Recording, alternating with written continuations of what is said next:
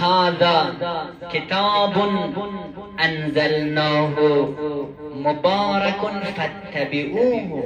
این کتاب مبارکی هست، کتاب با برکتی هست، ولی شرطش این است که از این قرآن باید تبعیت کنید. آیه لا تجسسوا را خواندید، تدبر کردید، ولی باز هم در زندگی مردم دخالت کردیم، در زندگی شخصی مردم ما دخالت کردیم، از قرآن ما تبعیت نکردیم، وظیفه خود را خواندی. قرآن را و عاشروهن بالمعروف، در خانواده با نیکو برخورد کن. در خانه بد اخلاقی کردی، به بچه ها میگویم، به دختران میگویم، قرآن خواندی. بسم الله الرحمن الرحیم.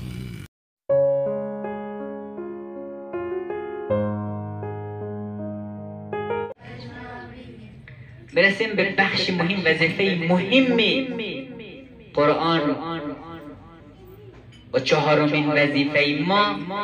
عزیزان من، این حرفه ها آویزه گوش ما و شما باشد، در دل ما باید حق بشود، تبعیتی از قرآن. قرآن می فرماید هذا کتاب انزلناه مبارک فاتبعوه. این کتاب مبارکی هست، کتاب با برکتی هست، ولی شرطش این است که از این قرآن باید تبعیت کنید. اگر آیه لا تجسسوا را خواندید، تدبر کردید، ولی باز هم در زندگی مردم دخالت کردیم، در زندگی شخصی مردم ما دخالت کردیم، از قرآن ما تبعیت نکردیم، وظیفه خود را اجرا نکردیم. چرا فیلم های خصوصی شخصی مردم در رسانه های اجتماعی پخش میشه؟ به خاطر بعضی از رقابت های منفی، به خاطر بعضی از عداوت ها و بغض های شخصی. این تبعیت از قرآن است. قرآن میگه لا تجسسوا، در زندگی شخصی مردم دخالت نکنید. اگر خواندیم واجتنبوا كثير من الظن ان بعض الظن اثم، این آیه را خواندیم، تدبر کردیم، ولی آمدیم نسبت به همه بدگمانی، سوء ظن، بدگمان بودیم، در خود بدگمانی را ایجاد کردیم، از قرآن تبعیت نکردیم. من و شما وظیفه خود را نسبت به قرآن ما انجام ندادیم. تبعیت وظیفه من و شما. بهتر بگویم اگر خواندی قرآن را و عاشروهن بالمعروف، در خانواده با نیکو برخورد کن.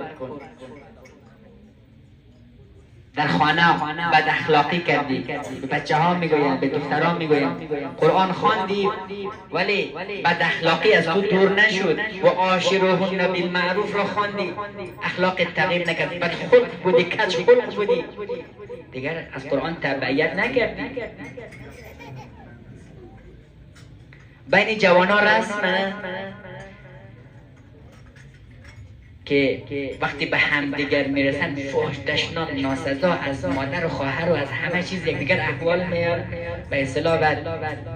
یعنی چی؟ میخوام چی بگویم؟ میخوام بگویم فحش و ناسزا و دشنام شده مود حرف گفتن، استایل حرف گفتن شده ناسزا و فحش و دشنام، در حالی که قرآن میگه هدو الی الطیب من القول، باید سخن شما نیکو باشد، سخن شما طیب باشد، سخن شما پاکیزه باشد.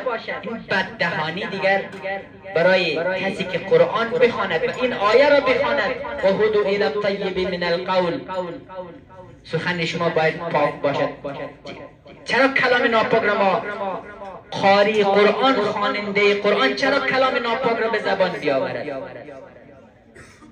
این آیه را خواندی و اگر به اصطلاح تبعیت نکردی، با وظیفت عمل نشد، در برابر قرآن مسئولی. وظیفه خود را، وظیفه اخلاقی، وظیفه وجدانی، وظیفه قرآنی و ایمانی خود را ما انجام نداده.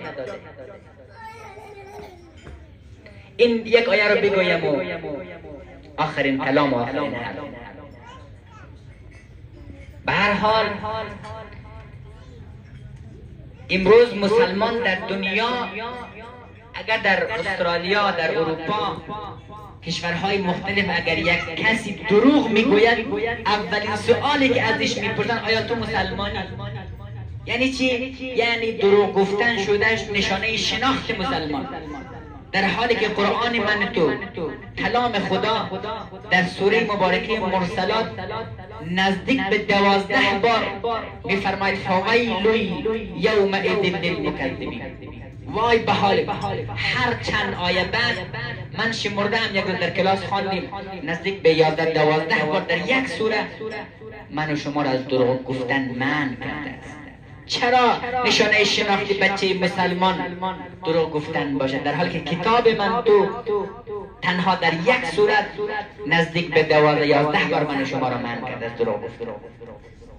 خب این آیه را خواندی، اگر تبعیت نکردی وظیفه را انجام ندادی نسبت به قرآن.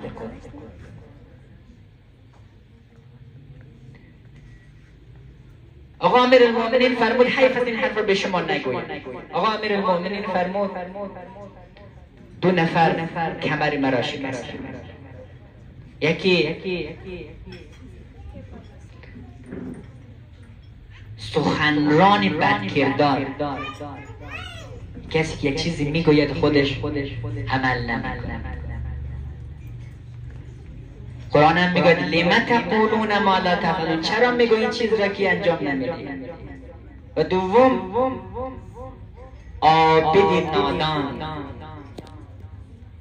سخنران بدکردار با زبانش روی زشته هایش را میپوشاند و عابد نادان با عبادتش نادانیش را پنهان میکند. این 2 تا کمر مرا شکست. آقا امیرالمؤمنین انشاءالله جمله عابدین دانا باشیم، دانسته و فهمیده خدا را عبادت کنیم، به چیزی که میگوییم باید عمل کنیم.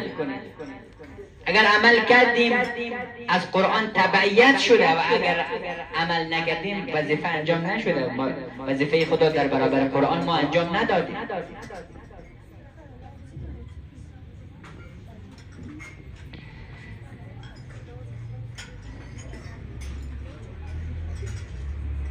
آخرین وظیفه، پنجمین وظیفه،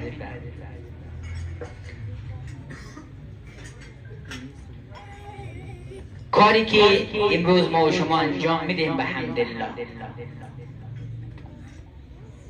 تعلیم و آموزش قرآن وظیفه پنجمین من شما. شنیده اید بارها خیرکم من تعلم القرآن و علمه، بهترین شما کسی است که قرآن را بیاموزد و به دیگران نیز یاد بدهد. ما امیدواریم تنها به یک تعلیم و آموزش بسنده نکنیم، در کنار آموزش قرآن از قرآن تبعیت کنیم، در کنار تبعیت به قرآن تمسک بجوییم، به قرآن تدبر کنیم و بخوانیم. این 5 وظیفه وظیفه همگانی است برای همه من و شما. حرفم تمام، معذرت میخواهم، این کمی طولانی شد. اگر این حرفها را شب آخر به شما نمیگفتم دیگر کی شما را گیر می آوردیم حرفها را بگوییم.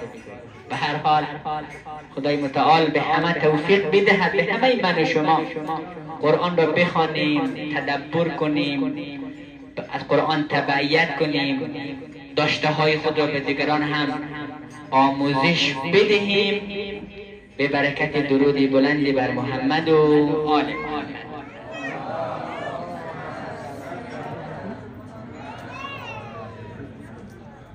ضمن جهان تقدیر و سپاس از مدیریت محترم دارالقرآن رسول اکرم جناب استاد محمد ابراهیم و اساتید همکار این مرکز قرآنی. مطلب مهم پیام دادن، خلاصه پیام مهمی هست. شاگردان ارجمند، افراد حاضر در جلسه، قرآن آموزان عزیز، گرفتن محفلا مجلسا کار آسانی نیست. خالصانه محض لله، به خاطر ترقی، به خاطر جهت‌دهی، به خاطر تشویق شما خوبان چنین جلساتی را در نظر میگیرن. استاد محترم جناب آقای محمد ابراهیم برگزار میکنن. از شما خلاصه یک توقع هست، توقعی که به این جلسات اهمیت بدهید، ارزش قائل شوید. همینطور خلاصه این جلسات باید ثمر بدهد و ثمر بخش باشد. به توجهی خیلی دل صاحب مجلس را به درد می آورد. به توجهی و اهمیت ندادن و ارزش ندادن قدر این محافل و مجالس انشاءالله همه بدانید. دیگر وقتم تمام، معذرت میخوام کمی کلام طولانی شد. السلام علیکم و رحمت الله تعالی و برکاته. شب همه شما خوش، بر محمد و آل محمد سلام.